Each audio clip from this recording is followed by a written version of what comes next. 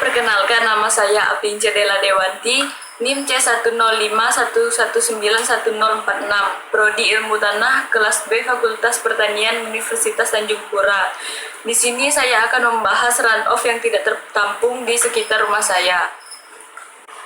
Runoff merupakan bagian dari siklus hidrologi, yaitu air limpasan yang berasal dari air hujan yang mengalir di atas permukaan tanah.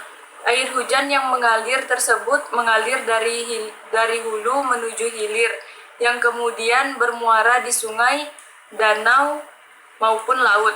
Runoff terjadi karena curah hujan yang mengalir di dalam alir sungai karena gaya gravitasi. Pada awalnya, aliran air atau sungai terjadi karena air mengalir mengikuti retakan-retakan yang ada pada daerah sekitar sungai. Sehingga pada awalnya daerah tersebut bukan merupakan daerah aliran sungai, menjadi sebuah sungai-sungai kecil karena terjadi proses pelapukan erosi, pelapukan tanah, dan sebagainya.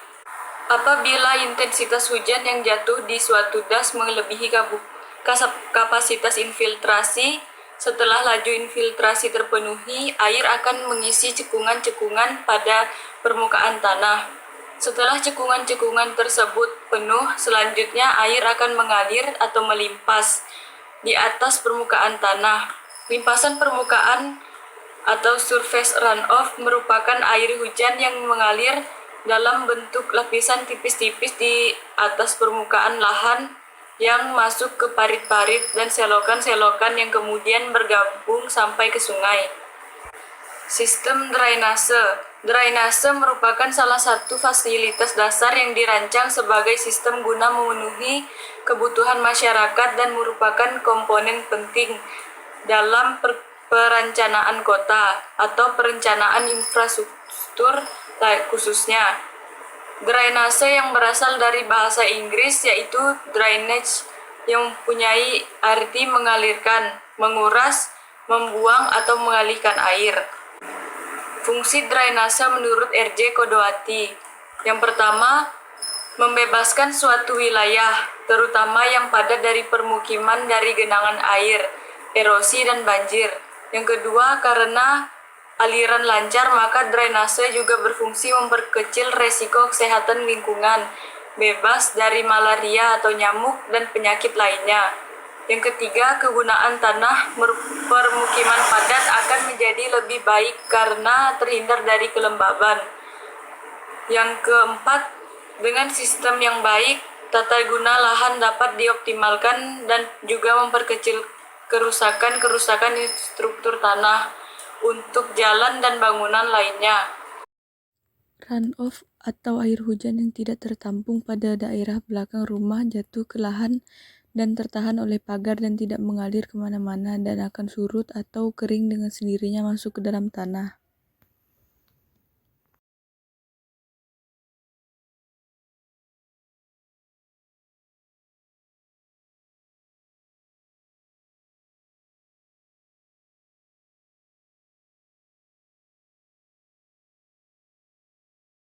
Kemudian runoff atau air hujan yang tidak tertampung pada daerah depan rumah jatuh ke jalan, kemudian mengalir ke parit atau selokan dan menuju ke lahan daerah rawa sekitar, karena di daerah sekitar jauh dengan sungai dan paritnya hanya ada di sekitaran saja, dan apabila sudah tidak tertampung maka akan meluap ke daerah rawa sekitar bahkan sampai ke jalan.